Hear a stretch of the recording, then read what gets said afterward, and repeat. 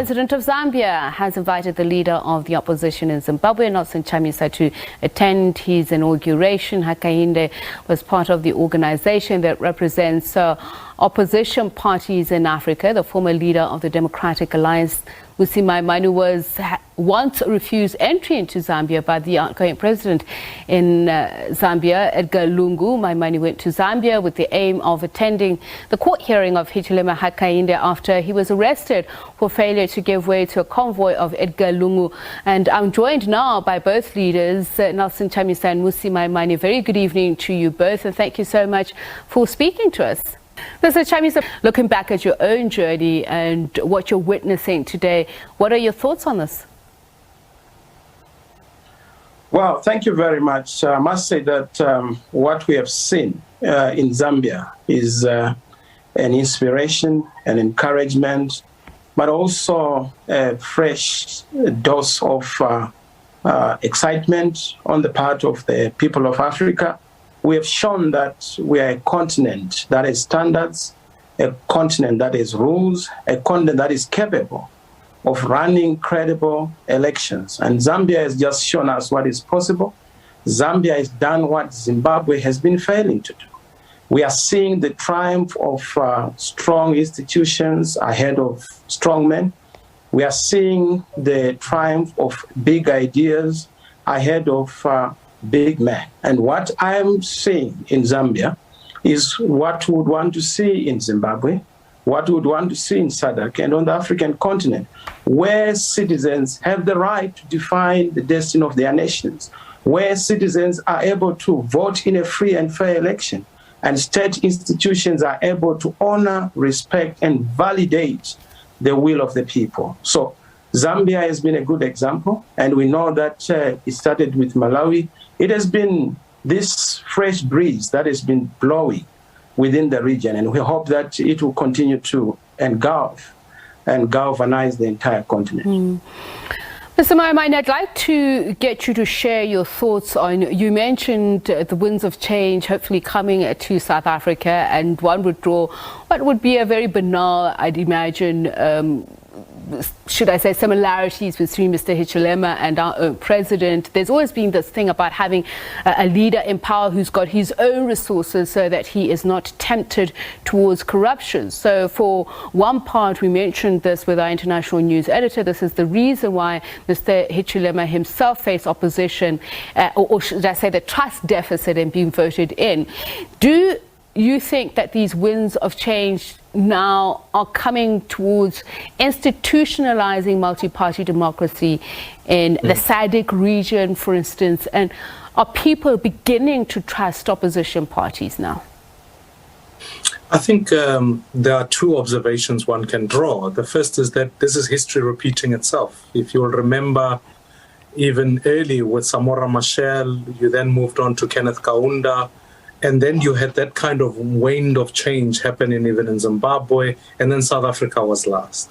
So I think that's a historic moment that is occurring, secondly. Secondly, I think that more than anything, it's this idea of economic reform. Often, it's not only by the work of the opposition, but the economic dire straits of where these countries find themselves under in the current leadership that we've got. So if you reflect on the state of Zambia, you'll remember that unemployment is high and Zambia is highly indebted. If you look at South Africa, we are now heading towards a very serious crisis of employment, and worse amongst young people. The young people who voted in Zambia were in their graduation gowns, reminding all of us that just because you get an education doesn't mean you're guaranteed a job.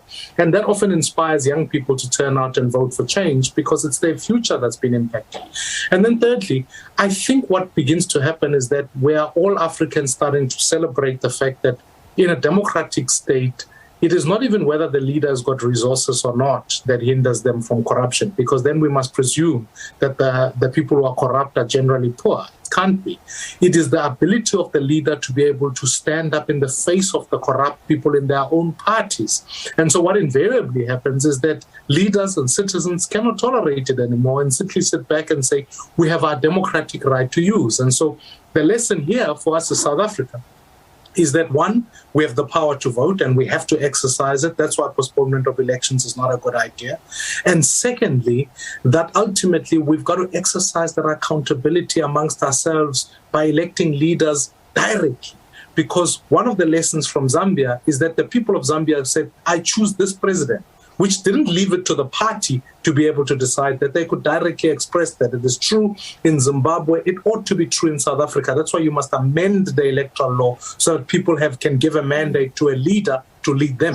So, Mr. Chamisa, what will make this gesture likely to be extended to other African countries, as Mr. Maimane is speaking here? How do we level the playing field in the lopsided competitive party systems when we look at the dominant governing parties? Well, yes, what's very clear is that we are beginning to see the cascading of this very positive wave on the African continent. As you are aware, the African continent is a continent of values, a continent of ideals, a continent of a promise, the liberation promise. So we are built on the foundation of our liberation founding fathers, those who liberated this great continent, the Kwame Nkrumahs, the Nelson Mandelas, the then clear leaders like Julius Kambarage Mwalimu Nyerere. They had a view, they had a vision, and that vision was to see Africa being able to articulate a future, a common future for itself. So we are building on that liberation promise, but for that liberation promise to be punctuated, to be continued, and also to be elevated, there has to be the democratic process and the transformation process that comes with structural changes, that comes with institutional changes, but also entrenching this fundamental role of institutions not to tamper with the will of the people. We want to see the bullet moving away from invalidating the power of the ballot. We want to see the will of the people being respected so that we do not have the elite roughshoding on the citizens, like we have seen here in Zimbabwe, where people vote, but they are punished for voting. They are also manipulated in terms of their outcome. So that can only be a way of strengthening institutions, but like our regional bodies, such as SADC, we need to make sure that SADC plays its important role, not to side with a club of those who would want to manipulate the will of the people, but to side with the people. Look at what happened in Malawi.